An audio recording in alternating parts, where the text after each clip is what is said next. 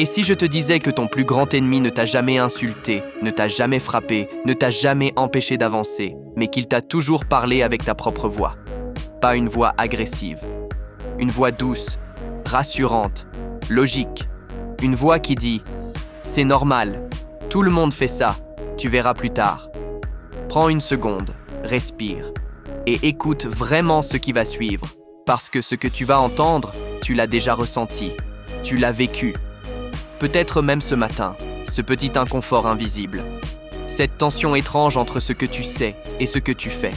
Ce moment précis où ton esprit cherche une justification au lieu d'un changement. Imagine une discussion, pas entre deux personnes, mais entre toi et toi, l'un qui sait, l'autre qui arrange. Tu sais que tu peux faire plus. Oui, mais pas maintenant. Tu sais que cette habitude te détruit à petit feu. Oui, mais j'en ai besoin. Tu dis vouloir une autre vie. Oui, mais les conditions ne sont pas idéales. Ce dialogue, c'est le cœur battant de la dissonance cognitive. Et tant que tu ne la comprends pas, elle te contrôle. Silencieusement, efficacement, sans violence, sans cri. Juste assez pour t'empêcher d'évoluer. La dissonance cognitive, ce n'est pas un concept de psychologie réservé aux livres. C'est un mécanisme de survie mentale, un système de défense. Ton cerveau déteste le chaos interne. Il déteste quand deux vérités s'opposent. Alors il fait ce qu'il sait faire de mieux. Il raconte une histoire qui apaise, une histoire qui explique, une histoire qui évite la douleur. Mais laisse-moi te poser une question et prends-la comme un miroir. Combien de décisions dans ta vie ont été prises pour être vraies et combien ont été prises pour être confortables? Parce que la dissonance cognitive naît exactement là, dans l'écart, entre l'image que tu as de toi et les preuves que ta vie expose. Tu te vois comme quelqu'un de discipliné, mais tu procrastines. Tu te vois comme quelqu'un d'ambitieux, mais tu joues petit. Tu te vois comme quelqu'un de libre, mais tu fuis les responsabilités. Et cet écart crée une tension, une brûlure intérieure. Alors ton esprit intervient. Il colmate, il maquille, il rationalise. Je suis comme ça. Ce n'est pas le bon moment. De toute façon, ça ne changerait rien. Et plus tu racontes cette histoire, plus elle devient réelle. Non pas parce qu'elle est vraie, mais parce que tu la répètes. Imagine maintenant 3 voix. Toujours toi. La première est naïve. Elle rêve. Elle veut plus. Elle croit encore. La deuxième est lucide. Elle voit les écarts. Elle observe les incohérences. Et la troisième, c'est la plus dangereuse. C'est la voix qui justifie. Pourquoi tu n'as pas agi? Parce que le système est injuste.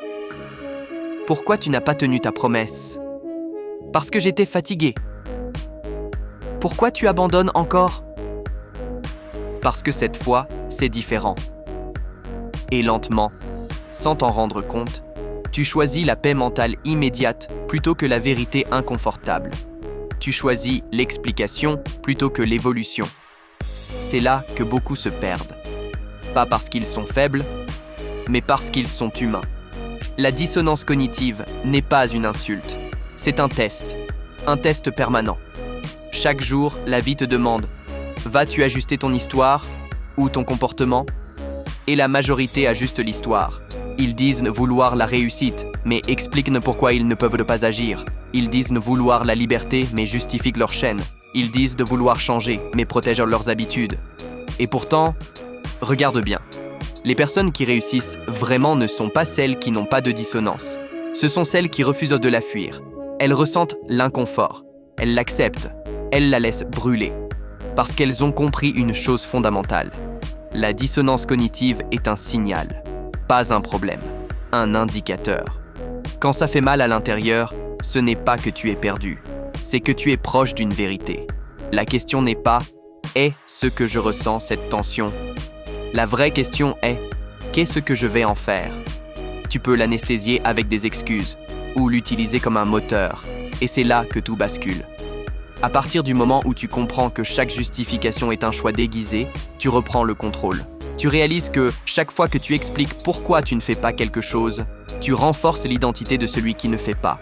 Mais inversement, chaque fois que tu agis malgré l'inconfort, tu forces ton cerveau à s'aligner. Tu crées une nouvelle cohérence, une nouvelle identité. Ce n'est pas la motivation qui crée l'action, c'est l'action qui crée la motivation. Et la dissonance disparaît quand l'action parle plus fort que l'excuse. Tu n'as pas besoin de te sentir prêt, tu n'as pas besoin d'être sûr, tu as besoin d'être honnête. Honnête avec ce que tu sais, honnête avec ce que tu fais, honnête avec ce que tu évites. Parce que la vérité la plus dure à accepter, c'est celle-ci. Tant que tu n'agis pas, ton cerveau trouvera toujours une bonne raison.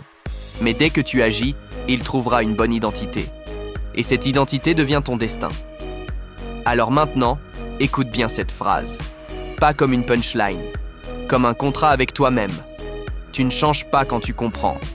Tu changes quand tu ne peux plus te mentir. Et si cette vidéo te dérange un peu, si elle gratte là où ça fait mal, alors elle fait exactement ce qu'elle doit faire. Parce que la dissonance cognitive n'est pas là pour te détruire. Elle est là pour te réveiller. Et la vraie question, celle qui compte vraiment, celle qui te suivra après cette vidéo, ce soir, demain, dans tes décisions silencieuses. Ce n'est pas « est-ce que j'ai compris ?» c'est « est-ce que je vais enfin agir en cohérence avec ce que je sais déjà ?»